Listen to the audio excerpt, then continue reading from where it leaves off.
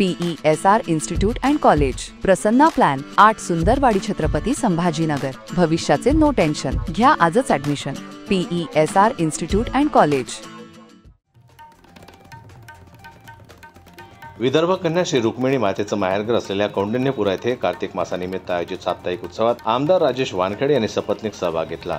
प्रातःकाळी त्यांनी माता विठ्ठल रुक्मिणीची महापूजा केली आणि अमरावती जिल्ह्यातील नागरिकांच्या तसेच शेतकऱ्यांच्या सुखसमृद्धीची मनोकामना केली।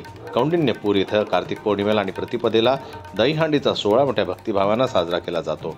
हा सोहळा हजारो वारकऱ्यांच्या उपस्थितीत होतो आणि या सोहळ्याची शतकानुशतकांची परंपरा आहे।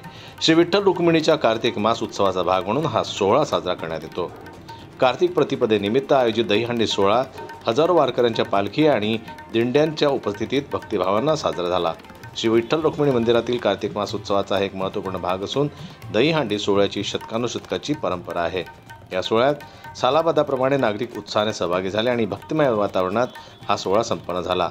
मंदिर परिसर वारकऱ्यांच्या जयघोषाने दुमदुमला।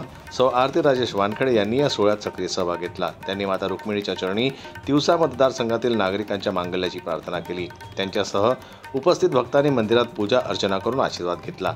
माता रुक्मिणीचे माहेरघर कौंडिण्यपूर हे विदर्भाच्या सांस्कृतिक वारशाचं प्रतीक आहे। कार्तिक मासातील हे उत्सव भक्ती आणि एकतेचं प्रतीक आहे।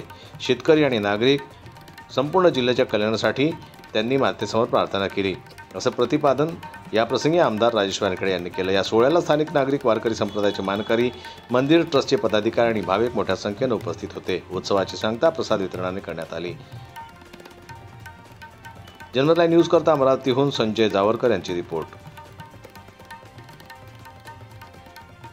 मराठी बातम्यांसाठी जनमत लाईव्हला लाईक करा, सबस्क्राईब करा आणि बेल आयकॉनला दाबायला विसरू नका।